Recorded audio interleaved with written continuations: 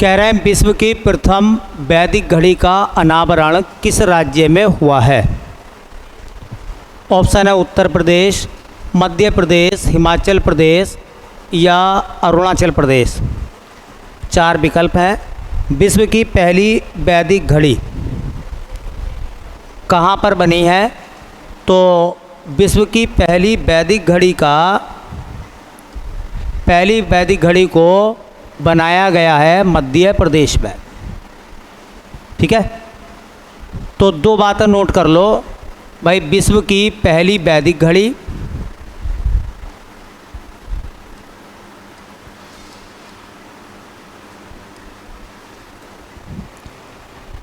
विश्व की प्रथम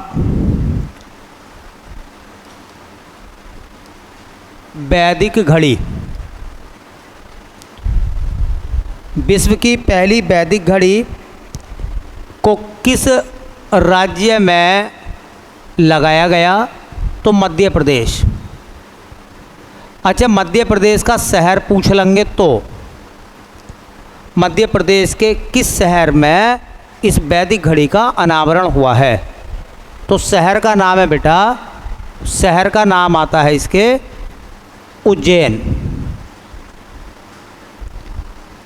अच्छा बताओ थोड़ा जीके के बारे में। उज्जैन किस नदी के किनारे पर बसा हुआ है? क्षिप्रा नदी के किनारे पर। महाकाल की नगरी उज्जैन, भगवान शिव का धाम है उज्जैन। ठीक है, ये वैदिक घड़ी, अच्छा ये वैदिक घड़ी जब लगाई गई, इसका अनावरण हुआ, तो इसका अनावरण किसने करा? इसका उद्घाटन किसने करा? इसका उद्घाटन करा भारतीय प्रधानमंत्री नरेंद्र मोदी ने।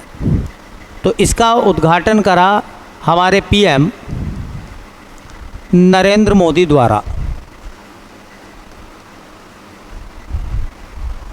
तो वैदिक चीज़ों पर आधारित है ये, दुनिया की पहली घड़ी है ऐसी वैदिक घड़ी। तो याद रखें, विश्व की पहली वैदिक घड़ी किस राज्य में लगाई गई?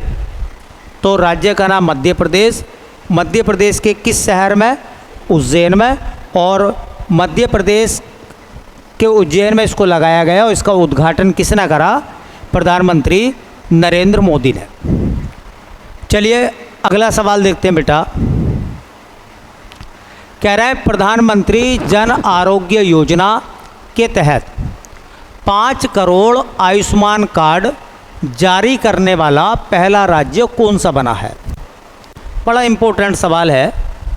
5 करोड़ आयुष्मान कार्ड जारी करे हैं एक स्टेट ने, वो कौन सा स्टेट है? उत्तर प्रदेश, मध्य प्रदेश, झारखंड या केरल?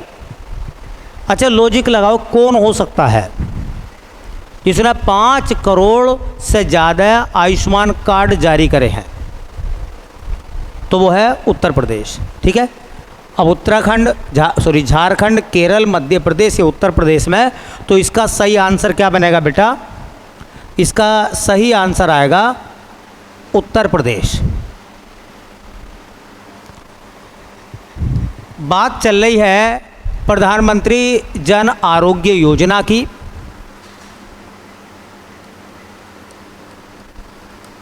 प्रधानमंत्री जन आरोग्य योजना। अच्छा बताओ, जो प्रधानमंत्री जन आरोग्य योजना है उसे और क्या कहते हैं हम? और कोई नाम याद है इसका? प्रधानमंत्री जन आरोग्य योजना को और क्या कहते हैं? तो इसे कहते हैं बेटा आयुष्मान भारत योजना। आयुष्मान भारत योजना, ये तो नाम सुना ही होगा।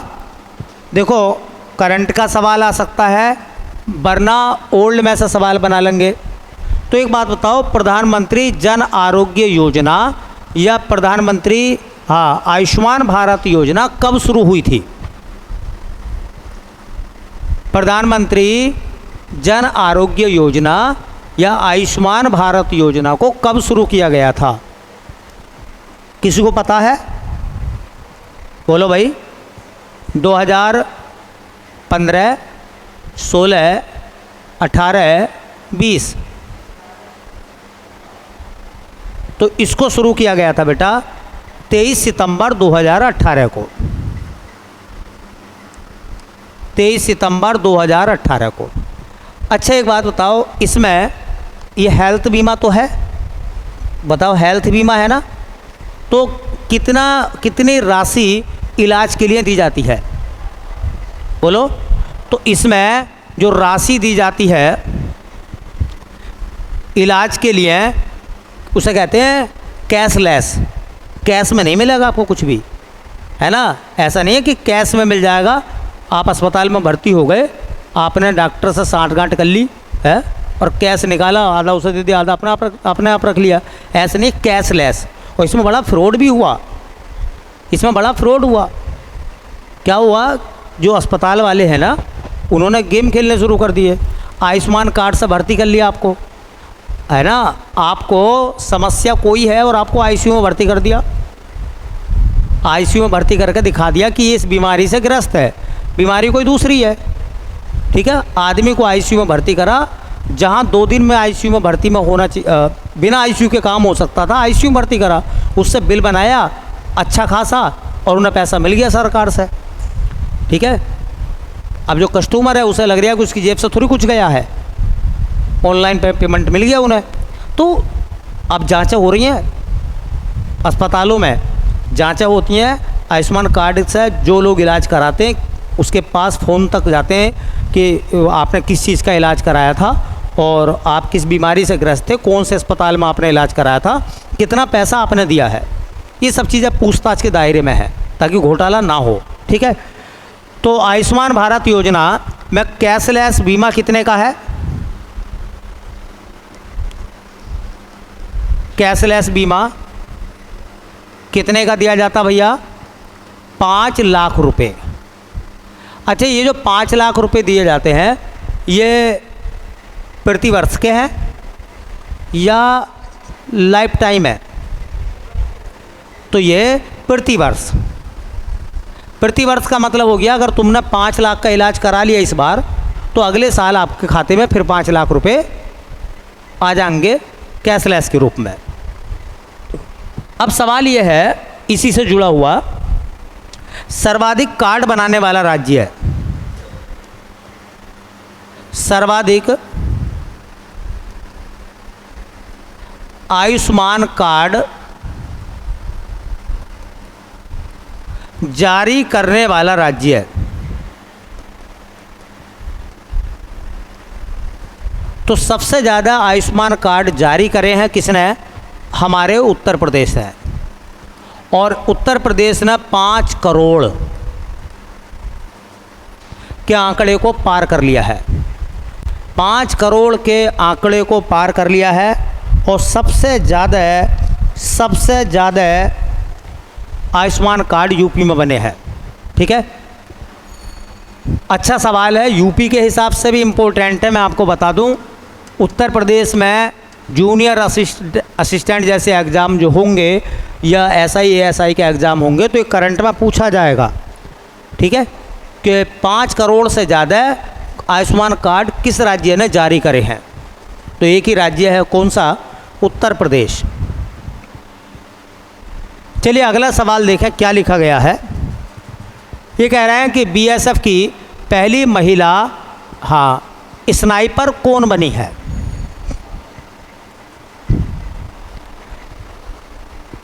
बीएसएफ की पहली स्नाइपर महिला। बड़ी ख़तरनाक ट्रेनिंग होती है जो स्नाइपर बनते हैं उनकी, बहुत ख़तरनाक ट्रेनिंग। कभी यूट्यूब पे देखना कितनी ख़तरनाक ट्रेनिंग होती है बीएसएफ वालों की। और ये पहली महिला है जो बीएसएफ की पहली स्नाइपर बनी है। वो स्नाइपर महिला कौन बनी है? उनका नाम सुमन कुमारी है, अवनी चतुर्वेदी है, शिवांगी सिंह है या किरण बेदी है? क्या आंसर आपकी नज़र में हो सकता है? क्या आंसर आपकी नज़र में हो सकता है? भाई किरण बेदी तो पहली आईपीएस महिला थी, भारत की पहली आईपीएस महिला किरण बेदी। शिवांगी सिंह पहली महिला बनी जिन्होंने राफेल को उड़ाया। ठीक है, अवनी चतुर्वेदी का नाम कल आया था। ये भारत की पहली ऐसी महिला हैं जिन्होंने इंटरनेशनल एक्सरसाइज में हिस्सा लिया था। ठीक है, अवनी चतुर्वेदी। तो एक ऑप्शन बचा, कौन सा? सुमन कुमारी। तो इसका सही आंसर है सुमन कुमारी। तो जो बॉर्डर सिक्योरिटी फोर्स है, सीमा सुरक्षा बल है ना, बीएसएफ, जो बीएसएफ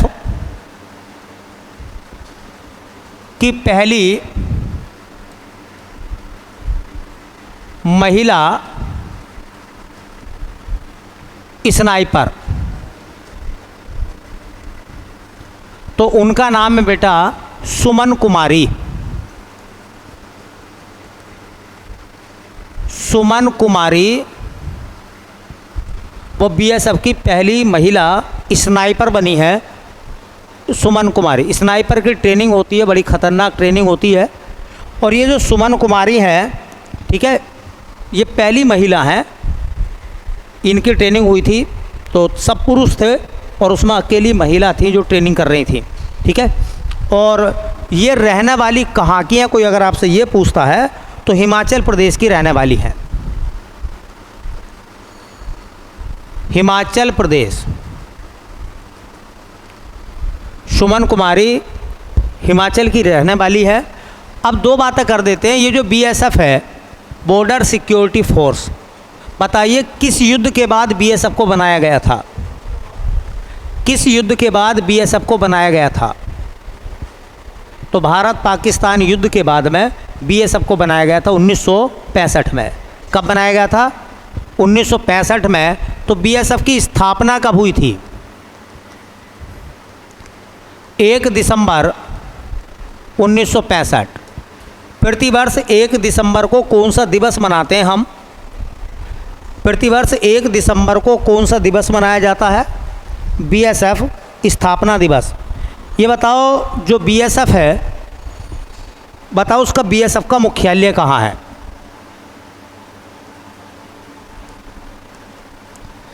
तो बीएसएफ का मुख्यालय आता है बेटा नई दिल्ली में। बीएसएफ का हेडक्वार्टर कहाँ है? नई दिल्ली। अच्छा, कोई बताएगा कि जो बीएसएफ है उसकी तैनाती कहाँ कहाँ होती है? तो सीमा पर, क्या सभी सीमाओं पर होती है? पाकिस्तान की सीमा और बांग्लादेश की सीमा, ये दो बॉर्डर हमारे ऐसे हैं जिसकी निगरानी बीएसएफ करता है। बीएसएफ दो सीमाओं की निगरानी करता है। कौन कौन सी? एक बांग्लादेश सीमा और एक पाकिस्तान सीमा। ठीक है, तो बीएसएफ की पहली महिला स्नाइपर का नाम है सुमन कुमारी। ये कह रहे हैं कि भारत का प्रथम डॉल्फिन रिसर्च सेंटर किस शहर में खोला गया है? भारत में पहली बार डॉल्फिन अनुसंधान संस्थान बनाया गया है या डॉल्फिन रिसर्च सेंटर बनाया गया है। कहाँ वो बना है ये आपको बताना है। प्रयागराज में, वाराणसी में, भागलपुर में या पटना में? भारत का पहला, देखो ये पहले सवाल बहुत इम्पोर्टेंट होते हैं। तो भारत का पहला डॉल्फिन रिसर्च सेंटर कहाँ बना है? ऑप्शन आएगा भैया पटना। कहाँ बना है? पटना में। तो ये है हमारा भारत का प्रथम डॉल्फिन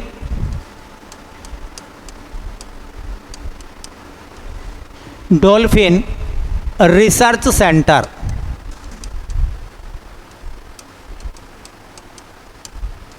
तो भारत का पहला डॉल्फिन रिसर्च सेंटर कहाँ बना बेटा? पटना में। और पटना राजधानी है किसकी? बिहार की। अच्छा, एक बात बताओ, भारत का राष्ट्रीय जलजीव कौन सा है? भारत का राष्ट्रीय जल जीव, भारत का राष्ट्रीय जल जीव कौन सा भैया? तो गांगे डॉल्फिन। कौन सा है? गांगे डॉल्फिन। अच्छा बताओ, जो गंगा की डॉल्फिन है उसे और क्या कहते हैं? स्विस। क्या कहते हैं? स्विस कहते हैं। और कब स्विस को या गांगे डॉल्फिन को राष्ट्रीय जल जीव बनाया गया था? 2009 में। 2009 में स्विस को राष्ट्रीय जल जीव बनाया गया था। एक सवाल मैं और पूछ रहा हूँ आपसे जो इम्पोर्टेंट है, आपको ये बताना है भारत में या भारत का डॉल्फिन मैन, भारत में किसको डॉल्फिन मैन कहा जाता है? भारत में किसको डॉल्फिन मैन कहा जाता है? तो भारत का डॉल्फिन मैन किसको कहा जाता है? तो एक प्रोफेसर आर के सिन्हा को, प्रोफेसर आर के सिन्हा।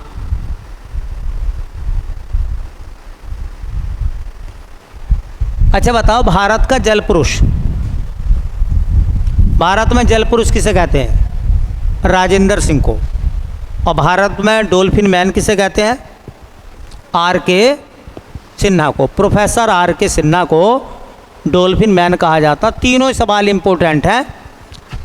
भारत का पहला डॉल्फिन रिसर्च सेंटर पटना में बनाया गया है। भारत का राष्ट्रीय जल जीव गांगे डॉल्फिन या स्विस को 2009 में बनाया गया था। और भारत में डॉल्फिन मैन की संज्ञा किसे दी जाती है? तो प्रोफेसर आर के सिन्हा को। ठीक है, चलिए अगले सवाल की तरफ चलते हैं बेटा। और अगला सवाल कुछ इस तरह से है हमारा, कह रहा है कि प्रधानमंत्री नरेंद्र मोदी ने भारत की प्रथम अंडर वाटर मेट्रो ट्रेन सेवा का उद्घाटन किया। यह किस राज्य में है? ये तो पता ही होगा कम से कम। केरल में, कर्नाटक में, पश्चिमी बंगाल में या बिहार में? भारत की पहली अंडर वाटर मेट्रो ट्रेन सेवा,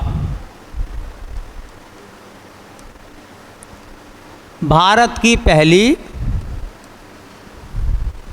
अंडर वाटर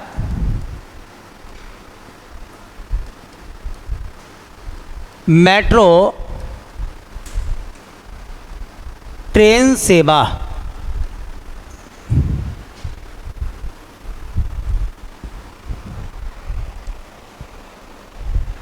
सबसे पहला सवाल बनेगा, ये किस राज्य में है? तो यह है बेटा पश्चिमी बंगाल में।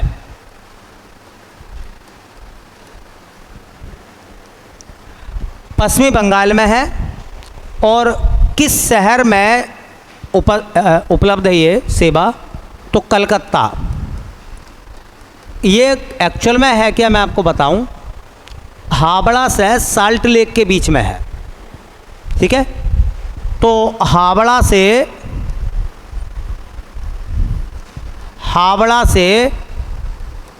साल्ट लेक के बीच, हावड़ा से साल्ट लेक के बीच में इसको बनाया गया है। किस नदी के नीचे से इसको निकाला गया है? अक्सर फ्लाईओवर नदी के ऊपर से होते हैं ना, इसे नदी के नीचे से बनाया गया है। तो किस नदी में इसको बनाया गया है? किस नदी के नीचे सुरंग बनाकर ये मार्ग प्रशस्त किया गया है? तो वो है हुगली नदी। हुगली नदी तकरीबन 16.6 किलोमीटर की लंबाई है। 16-17 किलोमीटर लंबा रूट है ये। ठीक है, और पानी के अंदर है, ऊपर नदी बह रही है। ऊपर क्या है? नदी बह रही है। और नीचे क्या है? मेट्रो चल रही है।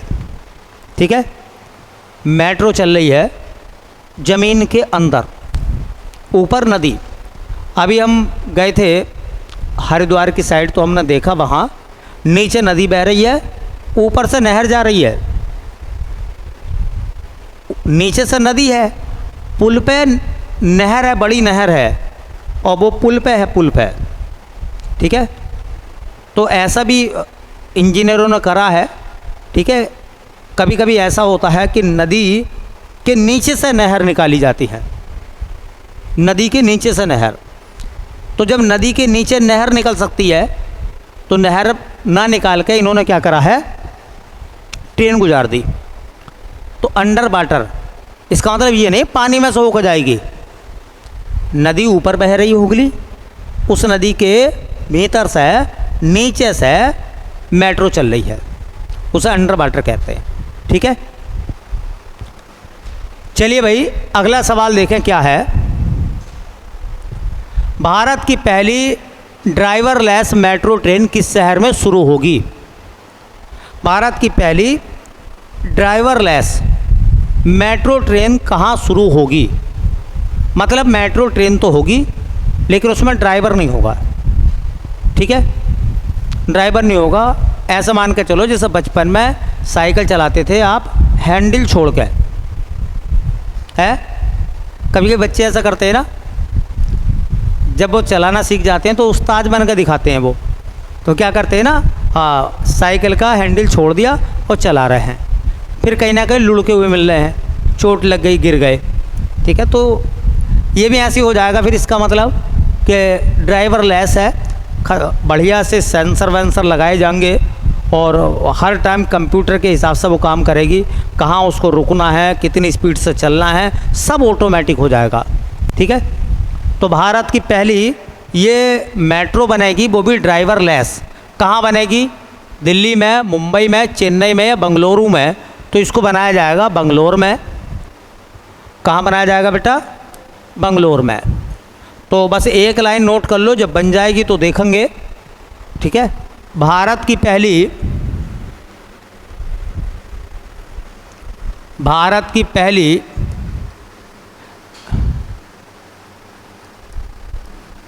ड्राइवरलेस मेट्रो सेवा शुरू होगी।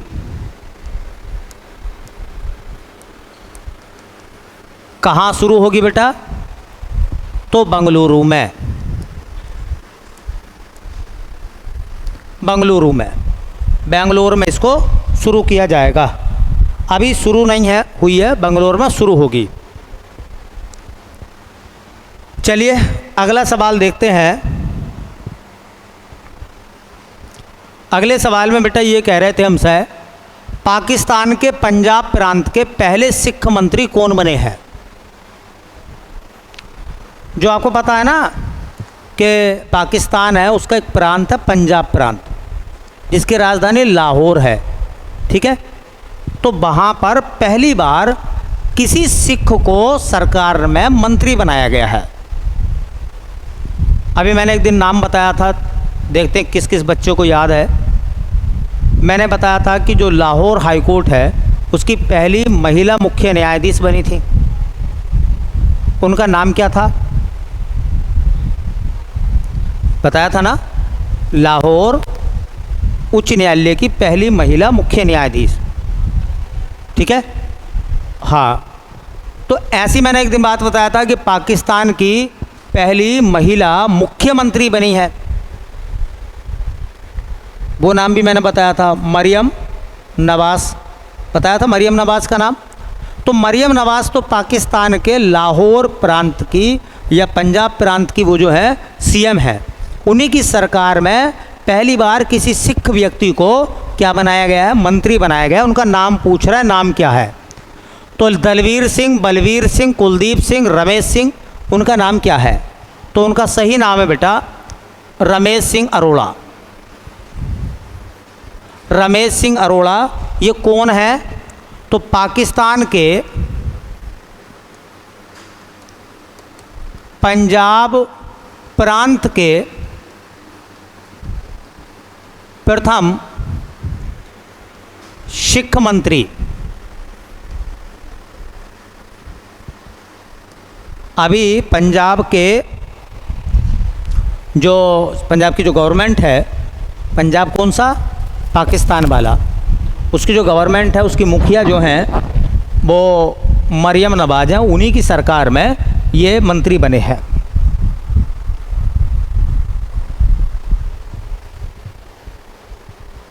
चलिए अगला सवाल देखते हैं क्या कह रहे हैं।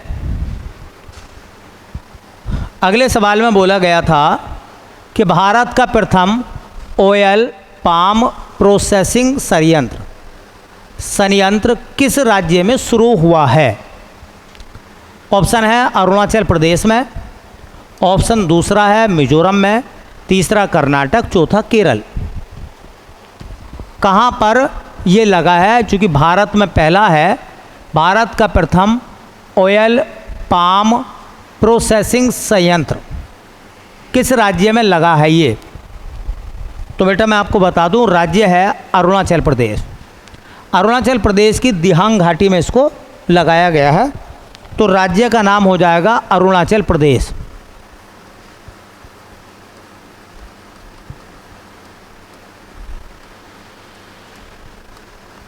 और ये लिखा हुआ ना पाम ऑयल, ये पाम ऑयल जो मिलता है ये किससे बनता है? तो ताड़ के फल से, ताड़ का वृक्ष होता है ना, उसके फल से प्राप्त होता है ये। तो पाम ऑयल किससे प्राप्त होता है? ये प्राप्त होता है बेटा ताड़ के फल से प्राप्त होता है।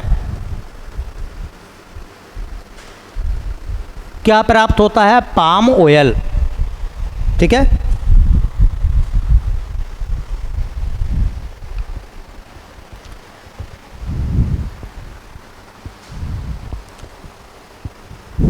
चलिए अगला सवाल देखते हैं। इस सवाल में लिखा हुआ बेटा, भारतीय सेना ने पहली अपाचे स्क्वाड्रन की स्थापना कहाँ की? तो ये अपाचे जो है ये मोटरसाइकिल नहीं है। कभी आप इस चक्कर में हो कि अपाचे मोटरसाइकिल है, ये अपाचे जो हैं वो हेलीकॉप्टर हैं सेना के। और अपाचे को ख़रीदा है किससे? हमने यूएसए से, अमेरिका से ख़रीदा है। ठीक है, तो इसका एक स्टेशन बनाया गया है। वो कहाँ बना है? जयपुर, जबलपुर, जोधपुर, उदयपुर। ये स्टेशन कहाँ बना है? ये स्टेशन कहाँ बना है? ठीक है, भारतीय सेना ने पहली अपाचे स्क्वाड्रन की स्थापना कहाँ की?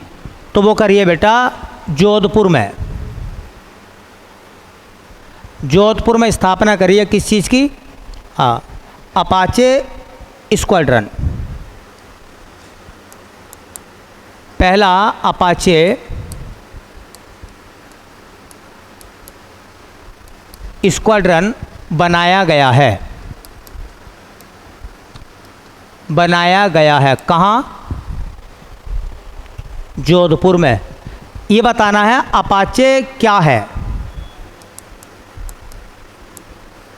अपाचे पूछेंगे अपाचे क्या है, तो ये हेलीकॉप्टर है। और ये अपाचे हेलीकॉप्टर हमने किससे ख़रीदा है? तो ये ख़रीदा हमने यूएसए, मतलब संयुक्त राज्य अमेरिका। अमेरिका से हमने इसको ख़रीदा है।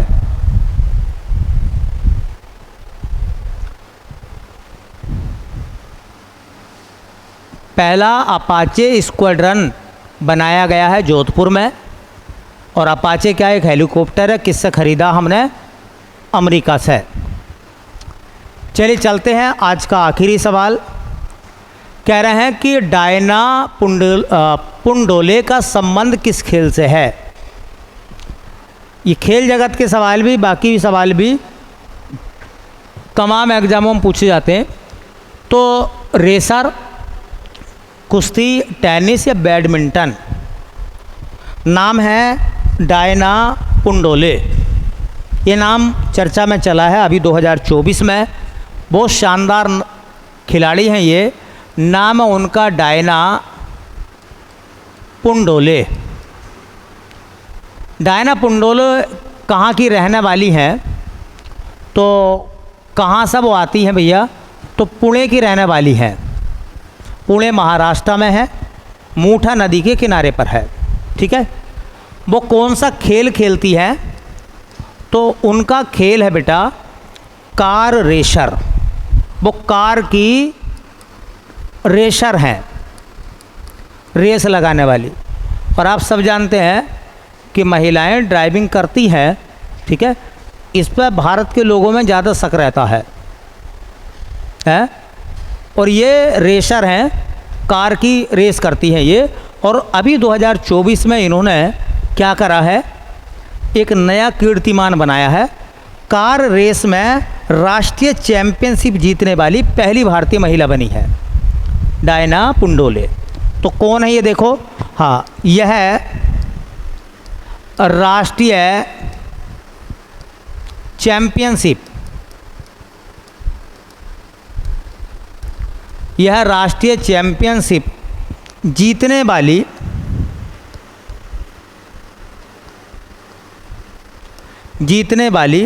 पहली भारतीय महिला हैं।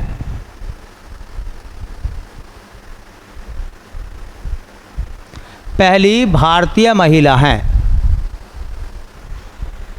यह पहली भारतीय महिला बनी है। कहा जाता है ये मैरिड हैं और इनके हाँ 2 संतानें हैं, उनकी देख रेख करती हैं। उसके बावजूद पहली बार किसी महिला ने कार रेसर में, कार दौड़ में क्या करा है? गोल्ड मेडल जीता है, अर्थात राष्ट्रीय चैंपियनशिप जीती है। और ये जो है इनके अंदर जो जज्बा है, हाँ, उसका लोहा सब मानते हैं। ठीक है। तो नाम याद रखें, कभी सवाल आ जाएगा कि डायना पुंडोले का संबंध किससे है। तो ठीक है। तो ये हो गए हमारे इस तरह से 10 क्वेश्चन कंप्लीट। ठीक, जो 10 सवाल थे हमारे कंप्लीट हो गए। आप याद करते रहे, मैं पढ़ते रहे, मैं जो भी एग्ज़ाम आप दोगे यहाँ से सवाल मिलेंगे। ठीक है। चलिए भाई।